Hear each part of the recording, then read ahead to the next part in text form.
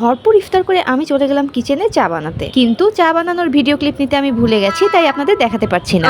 সারাদিন রোজা রাখার পর এত বেশি চায়ের ক্রেভিং হয় যে মাঝে মাঝে মনে হয় চা দিয়ে ইফতার করি। মগ ভর্তি চা খেয়ে রেস্ট নেওয়ার জন্য বিছানায় গড়াগড়ি করতে করতে কখন যে ঘুমিয়ে গেছি টেরই পাইনি। ঘুম থেকে উঠে চলে গেলাম ডিনার করতে। তখন আমার শাশুড়ি বলল যে ফ্রিজে বোম্বাই মরিচ আছে, কারণ উনি জানে যে আমি ঝাল খেতে কতটা পছন্দ করি। আর এটা শুনে তো আমার ডিনারের মজা দ্বিগুণ হয়ে গেল। দ্রুত চলে গেলাম ফ্রিজের কাছে, ফ্রিজ খুলে বের করলাম বোম্বাই মরিচ, আর শুধু খাইনি, সাথে করে দুটো নিয়েও এসেছি।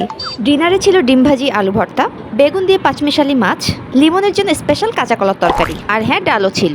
তো বোম্বাই মরিচ দিয়ে তৃপ্তি করে ডাল ভাত খেয়ে সবার থেকে বিদায় নিয়ে আমরা দিলাম রওনা। আর পুরোটা দিন অনেক ভালো গেলেও বাসার সামনে এসে একটা জিনিস দেখে মনটা এতটাই খারাপ হয়ে গেল যে কি বলবো। এখানে একটা ছোট্ট কুকুরের বাচ্চা মরে পড়ে আছে, জানি না কিভাবে মারা গিয়েছে। তবে অনেক সময় এসব গলির ভিতর দিয়ে সিএনজি, মোটরসাইকেল, অটোরিকশা এত হাই স্পিডে যায় যে তারা খেয়ালই করে না যে রাস্তায় কুকুর বিড়াল থাকতে পারে। এইসব বিষয়গুলোতে আমাদের আসলে একটু সেন্সিবল হওয়া দরকার আছে, কারণ সময়ের চেয়ে জীবনের দাম অনেক বেশি। জীবন মানে জীবন, সেটা একটা মানুষেরও হতে পারে, একটা পশু পাখি প্রাণী গাছেরও হতে পারে। Cause every life matters. রাত 11:15 বাজে এসে ঢুকলাম বাসায়। তো আজকের মতো এ পর্যন্তই, আর দেখা হবে নেক্সট ব্লগে।